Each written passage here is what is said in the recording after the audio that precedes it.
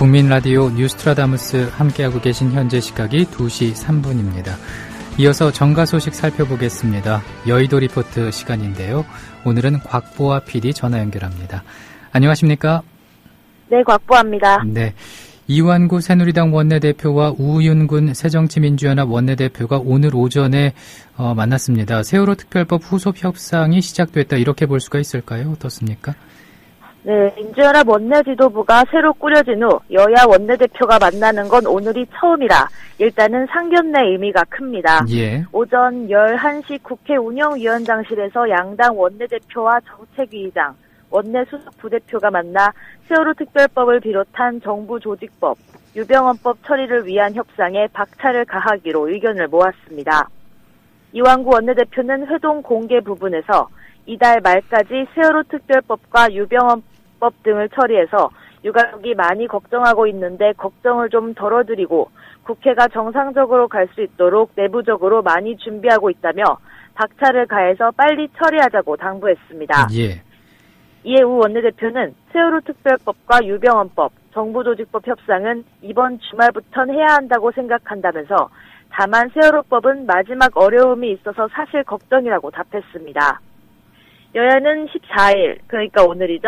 세월호 특별법, 정부조직법, 범죄수익 은닉 규제처벌법인 일명 유병헌법 처리를 위해 TF를 구성하고 이번 주부터 가동하기로 했습니다. 예. 우윤근 원내대표는 이어서 세월호 단원고 측 유가족도 만났다고요? 네, 그렇습니다. 우 원내대표는 1시간 전쯤인 오후 1시쯤부터 국회 원내대표 회의실에서 세월호 단원고 유가족 대책위 측과 만나 이야기를 나누고 있습니다. 우 원내대표는 이번 달까지 새누리당과 협의해서 세월호법을 처리해야 하는 만큼 유가족의 뜻을 반영하기 위해 유가족들과 만난 것으로 알려졌습니다. 예. 오늘 유가족들을 만난 우 원내대표는 아직도 10분의 실종자를 못 찾고 있다. 잊지 않도록 최선을 다해야 한다며 이완구 새누리당 원내대표와도 본격적으로 세월호법 협상을 하기로 했다고 유가족 측에게 협조를 요청했습니다. 전명선 가족대책위원장은 이에 유가족들의 마음을 헤아려서 특별법 제정에 최선을 다해 가족들과 끝까지 함께해 주시길 바란다며 이제부터는 진솔한 대화를 나눠 가족들과 국민들이 전부 납득할 만한 안들이 나왔으면 좋겠다고 말했습니다. 그렇군요. 그리고 국감 얘기 해보겠습니다. 정기 국정감사 2주차에 접어들고 있는데 오늘 국감에서 쟁점으로는 뭐가 나왔습니까? 네, 오늘 국회는 11개 상임위원회를 열고 국감을 이어갑니다. 예. 오늘은 휴대전화 보조금과 4대강 사업 문제, 군 사법제도 문제 등이 핵심 쟁점이 될 전망입니다. 방송통신위원회와 방송통신심의위원회를 상대로 미래창조과학방송통신위, 즉 미방위 국감이 국회에서 열리고 있는데요. 예. 이동통신 단말장치 유통구조 개선에 관한 법률, 일명 단통법과 관련해 이통사와 제조사 휴대폰 보조금 분리 공시가 불발돼 소비자들의 부담이 늘어난 문제에 대해 집중적인 추궁이 있을 것으로 예상됩니다. 환경노동위원회는 한강유역 환경청과 팔당 상수원 등지로 현장 실찰에 나섭니다. 낙동강 유역 환경청, 금강 유역 환경청 등의 현장 국감에서 4대강 사업에 대한 부작용을 집중 추궁할 것으로 보입니다. 4대강 사업 문제는 어제 미방위에서 로봇 물고기가 등장하며 한 차례 도마에 올랐고 오늘 한국수자원공사를 상대로 열리는 국토교통위원회 국감에서도 쟁점으로 떠오를 것으로 예상되는데요. 오늘은 그래서 4대강 사업 문제가 뜨거운 감자가 될 것으로 보입니다. 예. 또 국방위원회는 육군본부, 육군교육사령부, 육군 3사관학교, 육군항공작전사령부 등을 대상으로 한 국감에서 군 사법제도 문제와 대북 전단 살포와 관련한 남북 간 총격전 등을 집중 추궁할 것으로 보입니다. 이 밖에 정무위는 해양금융종합센터 현장 시찰을 실시하고 기획재정위는 국회에서 관세청을 비롯한 서울세관, 인천공항 세관 등을 살핍니다. 예. 오늘 국회에서 11개 상임위원회에서 국감을 이어가고 휴대전화 보조금과 4대강 사업 문제, 군 사법제도 문제 등이 핵심 쟁점이 될 것으로 보입니다. 근데 미방위에서 단말기 유통구조 개선법, 일명 단통법이 쟁점이 될 거라고 앞서 말씀을 하셨는데 오늘 오전에 열린 미방위 국감에서 이미 한 차례 단통법에 대한 질의가 쏟아지지 않았습니까? 의원들 어떤 얘기를 했습니까?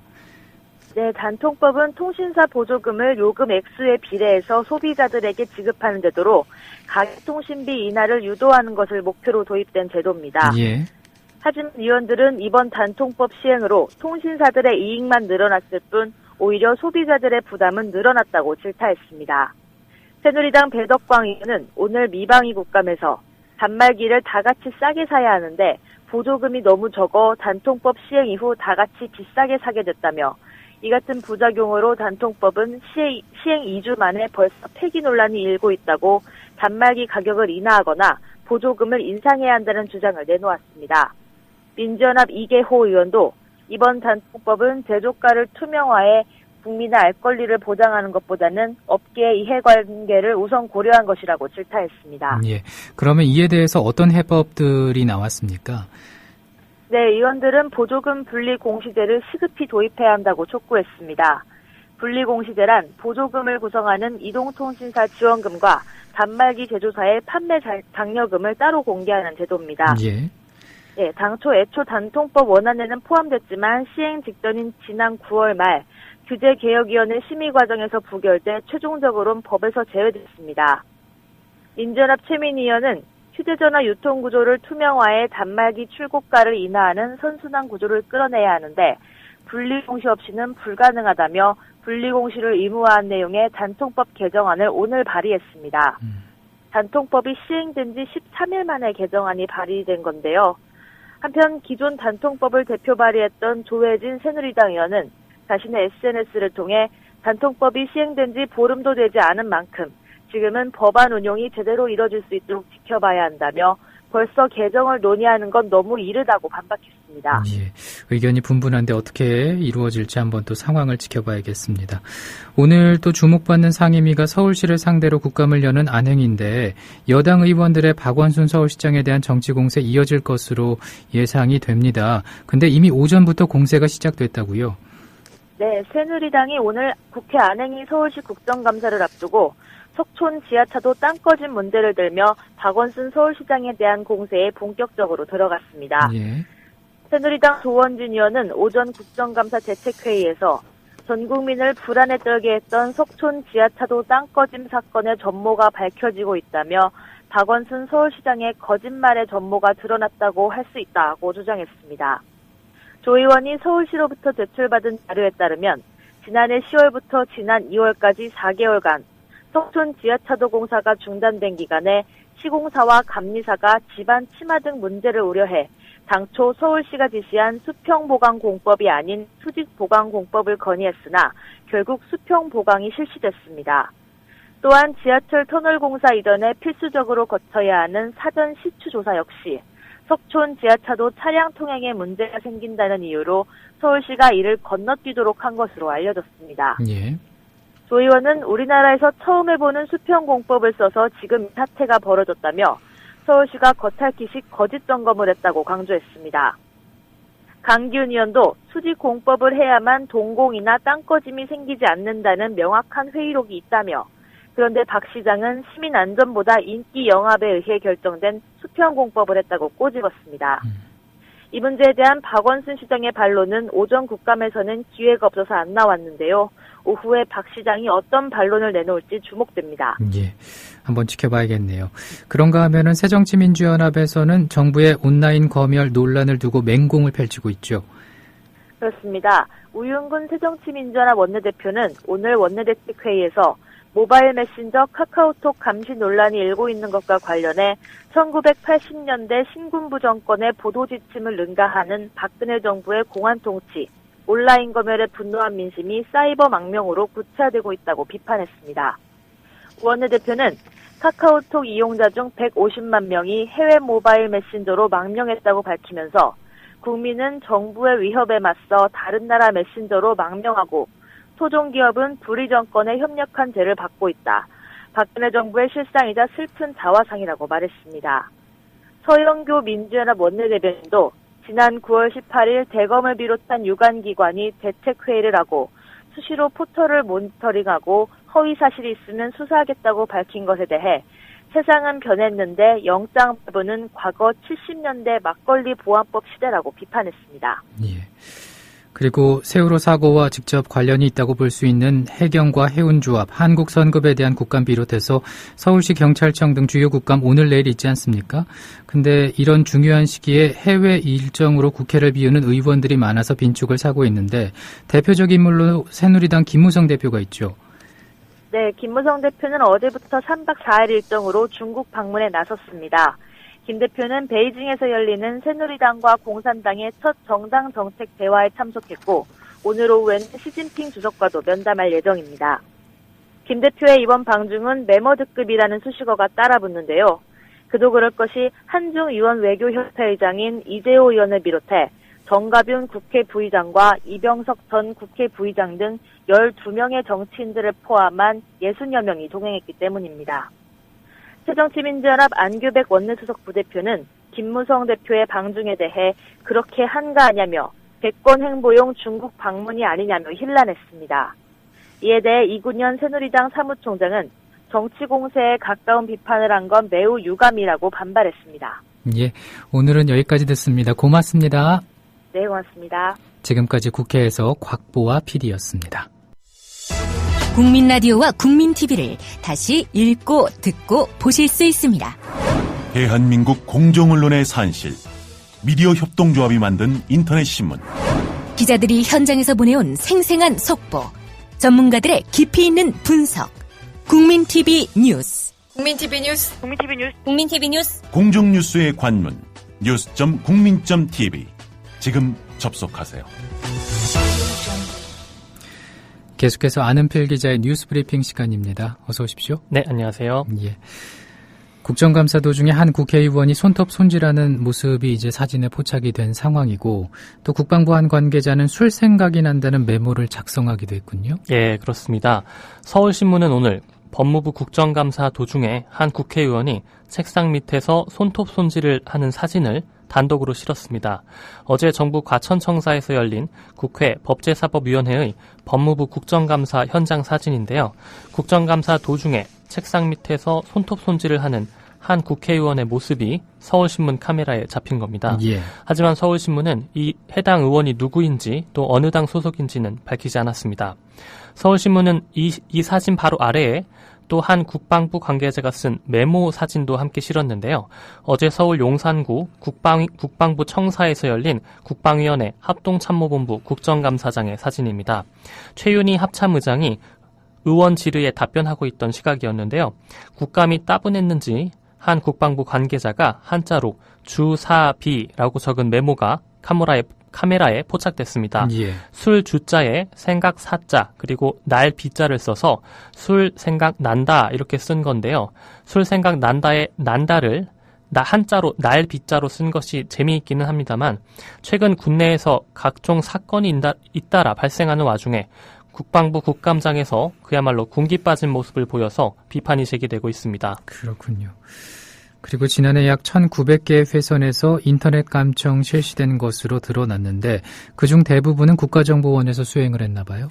예, 국회 미래창조과학방송통신위원회 소속 전병헌 새정치민주연합 의원이 미래창조과학부로부터 제출받은 카카오톡, 네이버 등 패킷 감청 현황 자료에 따르면 지난해 전체 인터넷 감청은 총 1,887개 회선에서 이루어졌으며 이 가운데 1,798건이 국정원에서 수행한 감청이었습니다. 예. 또한 국정원의 감청 건수는 2010년에 비해 박근혜 정부 출범 첫 해인 2013년에 42%나 급증한 것으로 나타났습니다.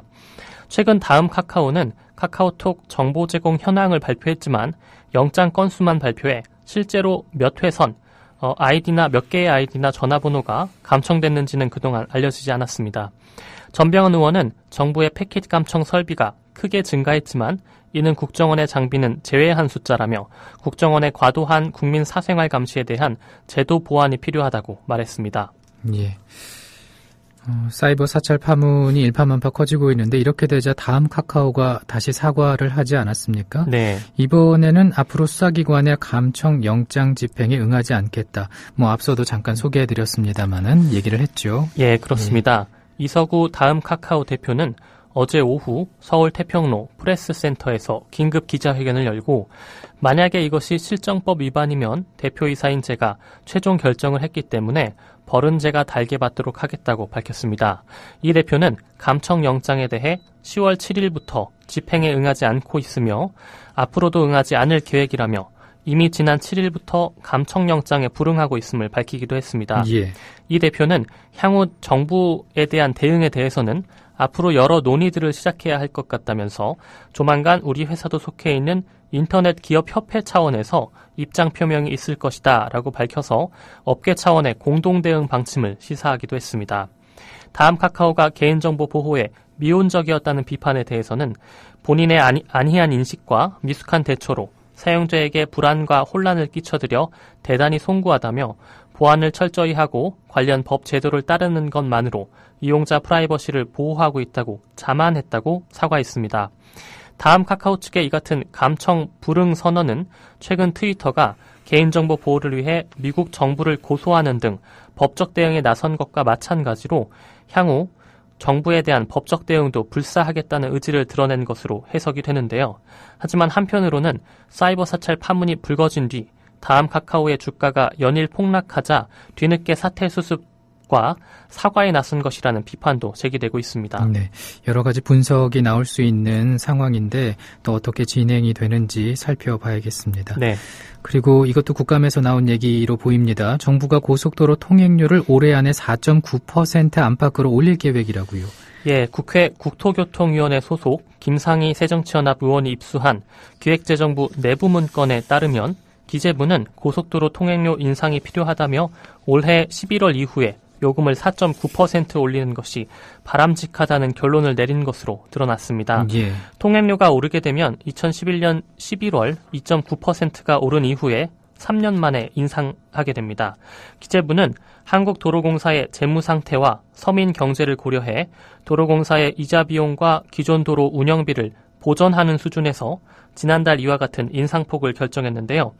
다만 수도권 등의 단거리 이용자를 고려해 기본요금은 동결하고 주행요금만 7.2% 인상하기로 했습니다. 통행료 기본요금은 폐쇄식 고속도로는 900원, 개방식 고속도로는 720원인데요. 주행요금은 소형차 기준으로 1km당 41.4원에서 44.4원으로 3원이 오르게 됩니다. 예. 통행료를 4.9% 올리면 도로공사 수입은 1,647억 원이 증가할 것으로 분석되는데요. 도로공사는 고속도로 통행료가 주요 선진국 대비 40% 이하의 수준이고 원가 보상률은 다른 공기업과 비교해 낮다고 주장하고 있습니다. 예. 그리고 지금 전해드릴 소식도 굉장히 뜨거운 이슈입니다. 이 대장균이 있는 시리얼을 재활용해 판매한 정황이 발각됐는데 어딘가 보니까 동서식품의 포스트 아몬드 프레이크라는 제품입니다. 네. 근데 이 회사의 시리얼 제품에서 대장균 나온 게 이번이 처음이 아니군요. 예, 그렇습니다. 국내 최대 시리얼 제조업체인 동서식품이 대장균이 있는 시리얼을 다시 활용해서 판매, 유통시킨 정황이 발각됐습니다. 식품의약품안전처는 대장균이 검출된 동서식품 진천 공장에 포스트 아몬드 프레이크를 압류, 폐기하고 잠정 유통 판매 금지 대상 품목으로 지정했다고 밝혔습니다. 예. 식약처에 따르면 동서식품은 자체 품질 검사를 통해 대장균군을 확인했지만 곧바로 폐기하지 않고 오염된 시리얼을 다른 제품과 새 제품과 섞어서 대장균 수치를 낮췄습니다. 이 회사는 이런 방식으로 완제품을 만들어 유통시킨 것으로 드러났습니다. 더군다나 동서식품 시리얼에서 대장균이 검출된 것은 이번이 처음이 아닌데요. 2010년 6월 4일에도 이 회사의 모닝플러스 든든한 단호박 시리얼에서 대장균이 나온 적이 있습니다. 당시에는 식약청이었는데요. 당시 식약청은 대전시에서 해당 제품을 검사한 결과 대장균군 양성으로 부적합되어 회수 조치했다고 밝혔습니다. 당시 식약청 관계자는 통상 빙과나 얼음 제품에서 대장균군이 검출되기 쉬운데 시리얼을 비롯한 건과 제품에서 대장균이 검출됐다는 것은 그만큼 위생관리가 잘 안 됐다는 뜻이다라고 지적하기도 했습니다. 예. 그 자체 품질 검사를 통해서 대장균군을 확인했지만 곧바로 폐기하지 않았다. 그리고 다른 제품과 섞어서 대장균군 수치를 낮췄다. 이것도 참 이해가 되지 않는 부분인데요. 네, 그렇습니다. 예, 근데 동서식품 측은 완제품에서 대장균이 검출된 건 아니다. 이런 입장이죠. 예, 동서식품 측은 대장균이 검출된 제품은 완제품이 아니라 반제품 상태에 있는 것이라면서 일상생활에서 빈번하게 발생하는 대장균을 자체 품질 검사를 통해 검출하고 오염된 제품을 멸균 처리하는 것은 제조 과정 중 하나다라고 반박했습니다. 예. 품질 검사를 통과한 제품만 시중에 판매하고 있기 때문에 시중에 풀린 제품에서 대장균군이 나오지는 않을 것이라는 주장입니다. 그러나 식약처는 최종 완제품에 대해서도 잠정 유통, 판매 금지 조치를 한다고 밝혔습니다. 그렇군요. MBC 이상호 기자에 대한 해고 조치 부당하다 2심 판결 이런 게 나왔네요. 예, 서울고등법원은 어제 MBC가 이상호 기자를 상대로 제기한 해고 무효 소송에서 이상호 기자의 손을 들어줬습니다. MBC는 2012년 12월 이 기자가 MBC가 김정남 인터뷰를 추진하고 있다라는 내용을 폭로하자 회사 명예실추 및 기자로서 품위유지 의무 위반으로 해고를 통보했습니다. 그러나 지난해 11월 서울 남부지법은 이 기자에 대한 해고가 부당하다고 판결했고 MBC는 1심 재판부 결정에 불복해 항소했지만 또다시 어제 기각된 겁니다. 예. 재판부는 판결문에서 기자 개인의 트윗과 팟캐스트를 사유로 해고하는 것은 징계의 재량권 범위를 벗어난 위법이라며 해고를 통지하면서 해고의 사유를 구체적으로 기재하지 않은 것도 문제다라고 판단했습니다. 이번 판결에 대해 전국언론노동조합 MBC 본부는 정작 답답한 것은 그동안 보여왔던 사측의 행태라면서 이상호 기자와 2012년 파업 와중에 줄줄이 해고됐던 사람들에 대해 법원이 해고 무효 판결을 해도 심지어 즉각 직원 신분을 회복시키라는 가처분 명령을 받고서도 MBC가 온전한 이행을 거부하고 있다고 지적했습니다. 실제로 MBC는 법원의 판결로 근로자 지위를 회복한 이상호 기자, 정영하 전 노조위원장, 박성재 기자, 이용마 전 노조 홍보국장, 강지웅 전 노조 사무처장 등에게 제대로 된 업무 배치를 하지 않고 있습니다. 그렇군요. 그리고 참여연대가 국정원 대선 개입 사건과 관련해서 국정원 직원 31명을 검찰에 고발을 했는데 무슨 내용입니까? 예, 참여연대는 오늘 국가정보원의 대선 정치 개입 의혹 사건과 관련해 국정원 직원 31명을 국정원법과 공직선거법 위반 혐의로 검찰에 고발했습니다. 참여연대는 원세훈 전 국정원장에 대한 판결에 따르면 국정원 안보 3팀과 5팀 직원들이 트위터 등을 이용해 국내 정치와 선거에 개입한 것으로 확인됐다며 서울중앙지검에 고발장을 냈습니다. 참여연대는 원세훈 전 원장에 대한 1심 판결을 통해 국정원 직원들의 행위가 분명히 드러난 만큼 이들을 기소해 응분의 처벌을 받게 해야 한다고 주장했습니다. 예. 다 아시는 내용이지만 서울중앙지방법원은 지난달 11일 국정원 심리전단의 댓글과 트위터 활동이 국정원법은 위반한 것이지만 선거법 위반은 아니라면서 원세훈 전 원장에게 집행유예를 선고한 바 있습니다. 예. 그리고 건강 이상설에 휩싸였던 북한의 김정은 국방위원회 1위원장 40여일 만에 공개 석상에 등장을 했더라고요. 예, 조선중앙통신은 오늘 김정은 제1위원장이 공사를 끝낸 위성과학자 주택지구를 현지 지도했다고 보도했습니다. 김 위원장의 공개활동은 지난달 3일 모란봉악단 신작음악회 관람 이후 41일 만인데요. 중앙통신은 김 위원장이 위성과학자 주택지구의 여러 곳을 돌아보시면서 건설 정형을 구체적으로 요해 파악하셨다고 밝혀서 김 위원장의 걸음에 큰 불편이 없음을 시사했습니다. 통신은 또 김 위원장이 현지 시찰 날짜를 정확히 밝히지 않았는데요. 그동안 보도 관행을 짐작해보면 어제인 13일에 김 위원장이 현지를 시찰한 것으로 추정됩니다. 예. 김 위원장은 지난 7월 8일 김일성 주석 20주기 충항추모대회에서 처음으로 다리를 저는 모습이 포착돼서 건강에 이상이 있는 것 아니냐는 의혹이 제기된 바 있는데요. 최근 40여일 동안 공개 활동을 하지 않아 뇌사상태설, 또 쿠데타설 등 근거 없는 루머가 걷잡을 수 없이 확산되기도 했습니다. 김 위원장이 전격적으로 공개 활동을 재개한 것은 이 같은 억측을 잠재우고 최고 지도자의 장기 잠행으로 인한 주민들의 동요 가능성을 차단하기 위한 것으로 보입니다. 김용현 동국대 북한학과 교수는 김정은 위원장이 40일 만에 등장해 건재를 보여준 만큼 향후 남북관계에서도 적극적인 모습을 보이며 존재감을 과시할 가능성이 크다고 말했습니다. 예. 그리고 지난 10월 9일과 10일에 300원짜리 스마트폰 나왔다는 기사가 일제히 보도가 됐는데 하지만 결국 확인해 보니까는 허위 기사인 것으로 드러났습니다. 그렇습니다. 인터넷 매체 팩트홀의 보도인데요. 지난 9일과 10일 나온 기사들은 출시한 지 15개월이 지난 구형 스마트폰 가격이 공짜폰 수준으로 떨어졌다, 이런 내용을 담고 있습니다. 팩트홀은 이러한 보도들이 사실이 아니라고 반박했는데요. 예. 당시의 기사 내용은 SK텔레콤이 LG전자의 옵티머스 G 프로에 지원금 47만 6천 원을 책정해 사실상 300원만 내면 스마트폰을 살 수 있다라고 밝혔는데요. 하지만 이러한 내용에 대해 정작 휴대폰 판매원들도 황당하다는 반응을 보였다고 합니다. 용산 전자상가의 한 휴대폰 판매원은 그건 기계값이 300원이라는 얘기가 아니라 통신사 변경하고 보조금 혜택 받고 할부 적용하고 했을 때 그렇다는 얘기라며, 그렇게 다 하고 나면 기계값이 300원처럼 보이는 것일 뿐이다. 요금제를 얼마짜리로 하느냐에 따라 보조금이 다 달라지기 때문에 기계값도 거기에 따라 다 달라진다고 말했습니다. 예. 결국 300원의 스마트폰을 구입하려면은 어쩌면 가장 비싼 요금제를 선택해야 된다, 그런 말로도 이해할 수가 있겠네요. 예, 맞습니다. 팩트홀 기자가 어떻게 하면 그러면 300원으로 스마트폰을 살 수 있는지 직접 확인을 했는데요. SK텔레콤의 경우 약정기간 2년에 LTE 100 요금제를 선택하고 옵티머스 G 프로를 구입해야 기계값이 300원이 나왔다고 합니다. 결국 매달 83,613원을 내야 스마트폰을 300원에 구입할 수 있었다는 뜻입니다. 이런 상황에 대해서 또 다른 판매원은 유통 과정을 보지도 않고 멋대로 기사를 쓰는 것이라며, 공짜폰이라는 말은 그냥 홍보 용어일 뿐이고 단통법 시행 전이나 후나 요금제를 포함해서 기계값을 계산해보면 크게 달라진 것이 없다. 판매자 입장에서 보면 보조금 관련 기사들은 그냥 여론을 호도하는 것들이다 라고 말했습니다. 예.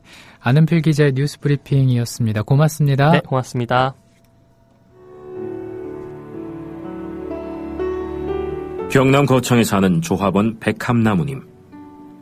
남편의 유언으로 온 가족이 미디어 협동조합원이 됐습니다. 라디오 비평 들으실 때마다 아이고 속이 시원하다 이렇게 하시더라고요. 본인이 먼저 하시고요, 가입을.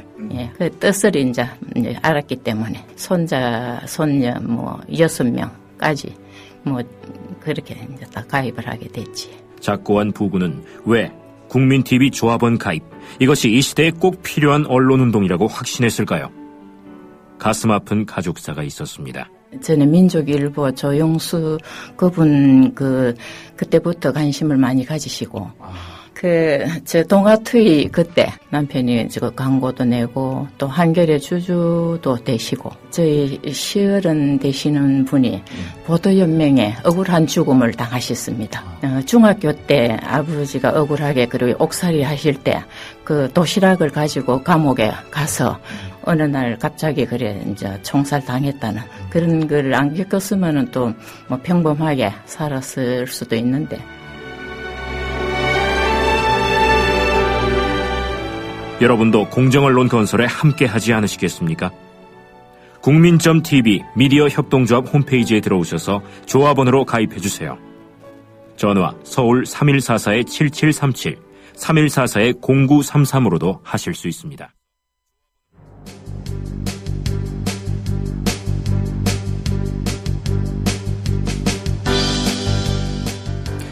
뉴스트라다무스와 함께하고 계십니다. 계속해서 이슈 분석 이어갑니다.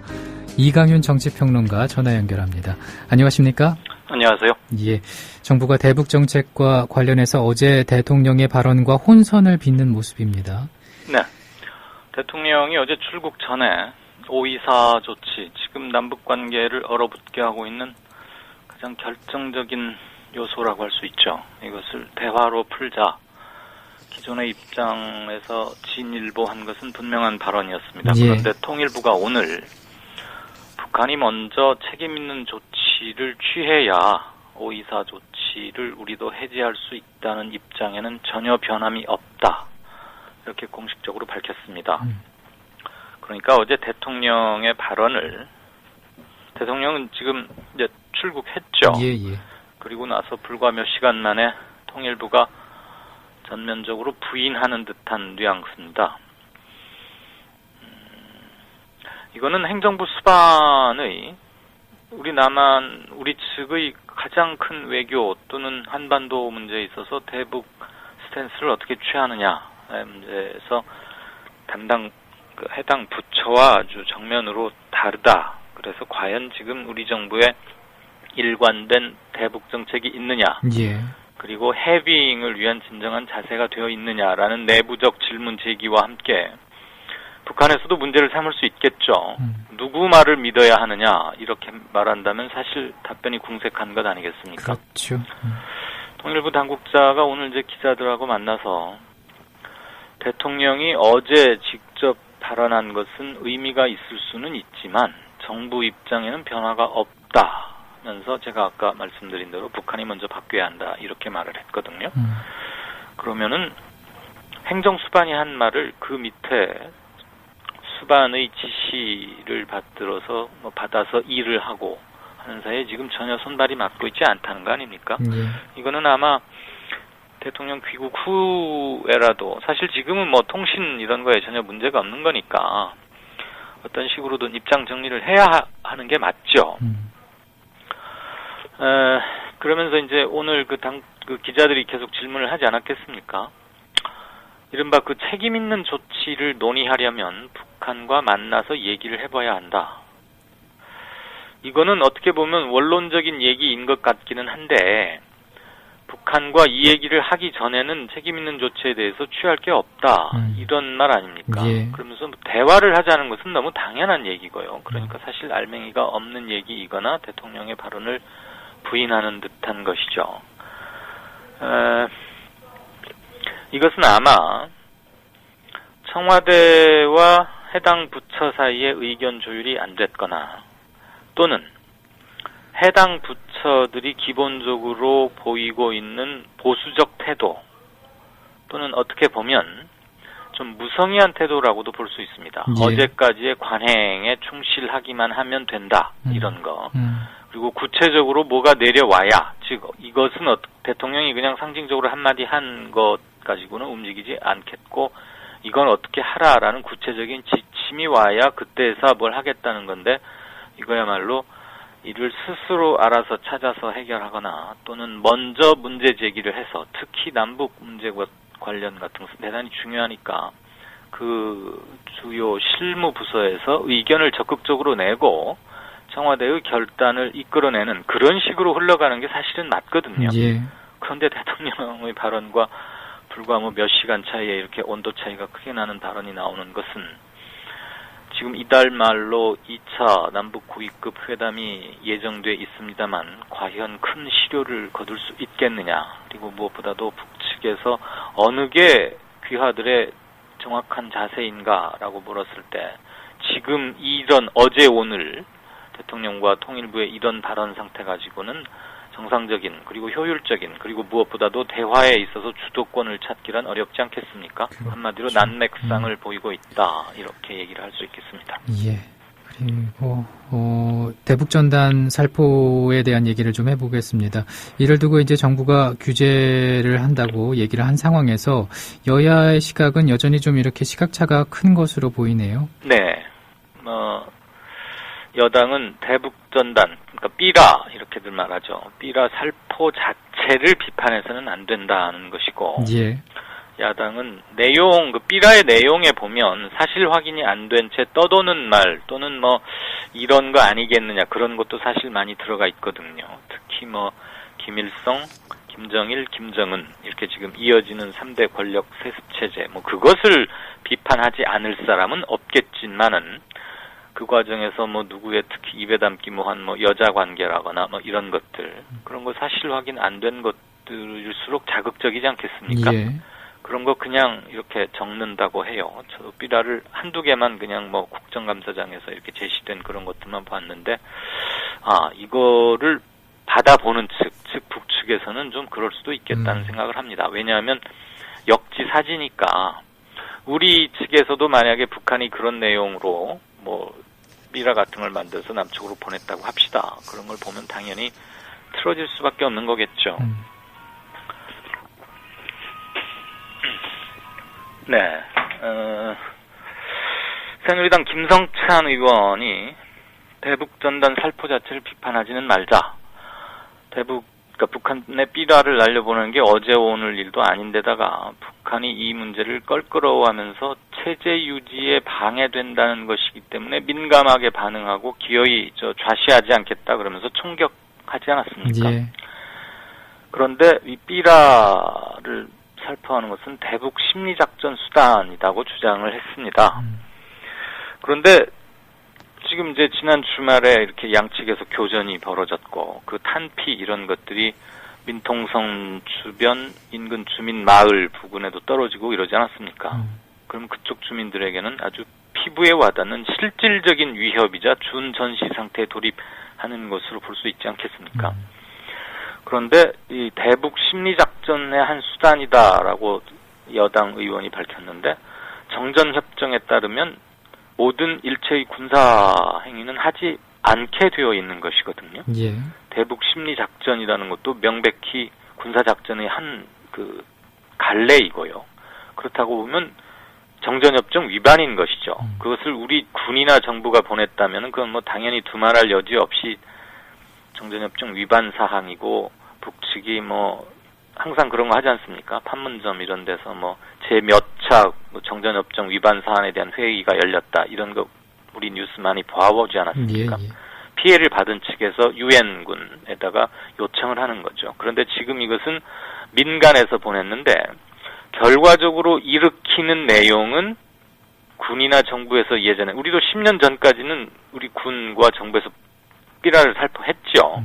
노무현 정부 때 이것을 폐지했지만 그 이후에 이명박 정부 때 다시 한번 잠깐 부활시키기도 했었습니다. 지금은 안 하고 있는데 그렇다고 보면은 우리가 정전협정을 위반하는 행위를 결과적으로 위반하는 행위를 제지할 의무도 있긴 있는 것이죠.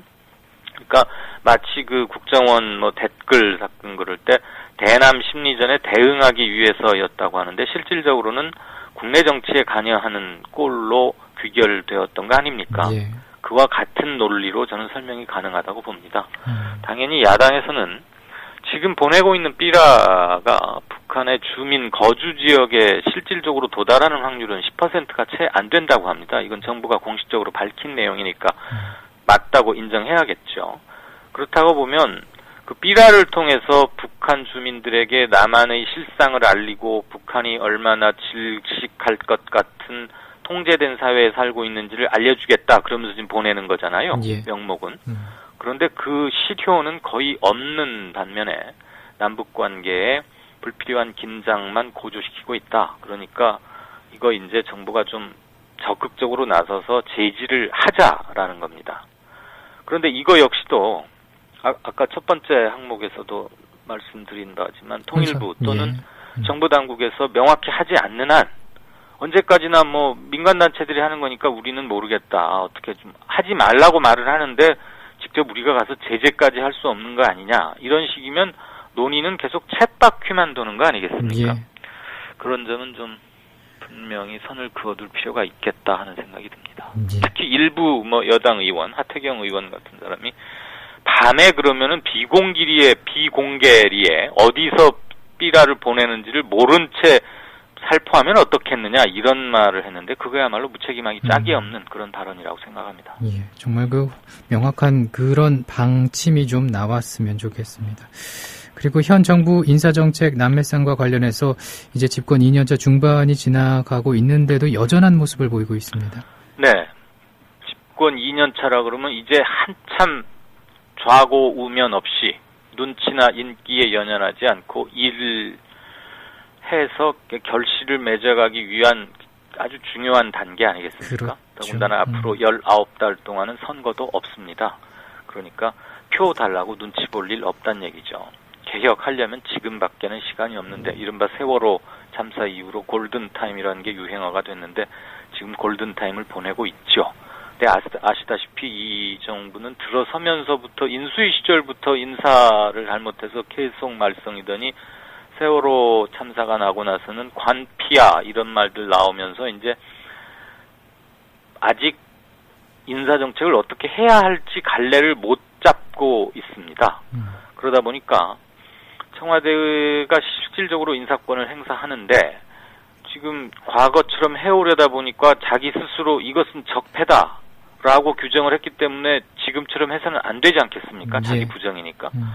이도저도 못하고 있는 거죠. 그래서 뭐 공공기관의 자리 상당수가 뭐 심한 곳은 19개월째. 그러니까 정부 출범 이후로 아직도 장 자리를 임명하지 못하는 곳도 있을 정도로 인사정책이 어떻게 해서 뽑아놓으면 너무 사람이 흠이 많아서 문제고 그것 때문에 멈칫거리다 보니까 아예 인사도 못하고 있고 이런 지금 두 바퀴가 다 고장나 있는 상태입니다. 근데 어떤 자리들이 공석 상태인가요? 비근한 예로 네. 나선화 문화재청장이 최근 국정감사에서 1000기를 누설했다가 여당 의원들 호된 질책을 받았는데요. 예. 한국전통문화대 학교라고 있습니다. 물론 나라에서 하는 거죠. 그러니까 한국자가 붙어 있죠. 그 총장이 지금 7개월째 공석입니다. 그래서 이유가 뭐냐 이렇게 물었더니 청와대에서 허가가 나지 않기 때문에 못하고 있다. 이렇게 솔직하게 답변을 했어요. 그랬더니 여당 의원들이 그런 말을 공개적으로 하면 어떻게 하느냐 이러면서 막 저 문화재청장을 호통을 쳤는데 얼핏 들으면은 뭐 그까지 이상한 처음 들어보는 것 같은 전통문화대학교 총장 그 뭐 7개월째 총장이 없다고 큰 문제야 이러실 수 있는데 그게 꼭 그렇지 않은 것이 예. 이게 나라 돈이 들어가는 것이고요.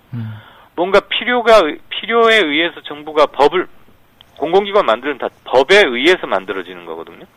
법을 만들고 그 법에 입각해서 공공기관을 만들었을 텐데 아직 그 장을 임명을 못 하고 있습니다. 그 말은 청와대에서 일테면 대통령 캠프에서 일을 했던 사람을 좀 봐주려고 하는데 그렇게 하면은 또 보훈 인사라고 할까봐 이도저도 못 하고 있는 거죠.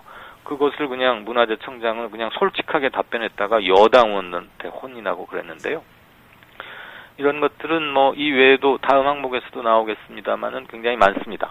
그것은 권력 내부의 암투설 같은 걸 이렇게 유발시키기도 하고요. 사실이 아닐 수도 있습니다. 예. 그런데 7개월 넘게 뭐가 안 되고 있으니까 그런 의혹이 자꾸 제기될 수밖에 없는 것이죠. 더군다나 지난 7월 달에 대통령 인사수석 비서관실이 새로 만들어졌습니다. 예. 문창극 총리 후보 낙마 몇 번의 총리 후보 낙마 과정을 거치면서 이거 필요하다 만들어야겠다 해서 다시 신설을 했거든요. 실은 그 노무현 정부 때 있었다가 이명박 정부 때 없앴던 걸 다시 부활시킨 건데 이거가 만들어지긴 했지만 실제 일은 못 하고 있습니다. 그것은 가장 중요한 청와대의 핵심에서 뭔가를 일을 안 하고 있다 또는 못 하고 있기 때문에 국정 전반이 올스톱 상태 또는 난맥에 빠져 있는 것이죠. 예, 그런 아까 그 어떤 있겠네요. 자리들이 공석 상태냐고 물었는데요. 네, 그 짧게 부탁드립니다. 대학도 예. 있고 한체대 총장 자리 예. 이런 것도 있습니다. 그리고 교육부 관련 산하 몇 군데도 있고 평창 겨울올림픽이 불과 한 2년 정도 남았는데 지금 이것을 주무해야 할 곳도 사람을 못 찾고 있습니다. 그다음에 주로 문화, 관광, 예술 쪽에 이런 게 특히 심합니다. 한국국제방송교류재단, 일반에는 아리랑 TV라고 더 친숙한 곳이죠. 예. 그다음에 아시아문화개발원, 한국예술인복지재단, 국립오페라단 이런 데는 최대 19개월까지 기관장이 공백 상태입니다. 예, 오늘 말씀 고맙습니다. 네, 고맙습니다.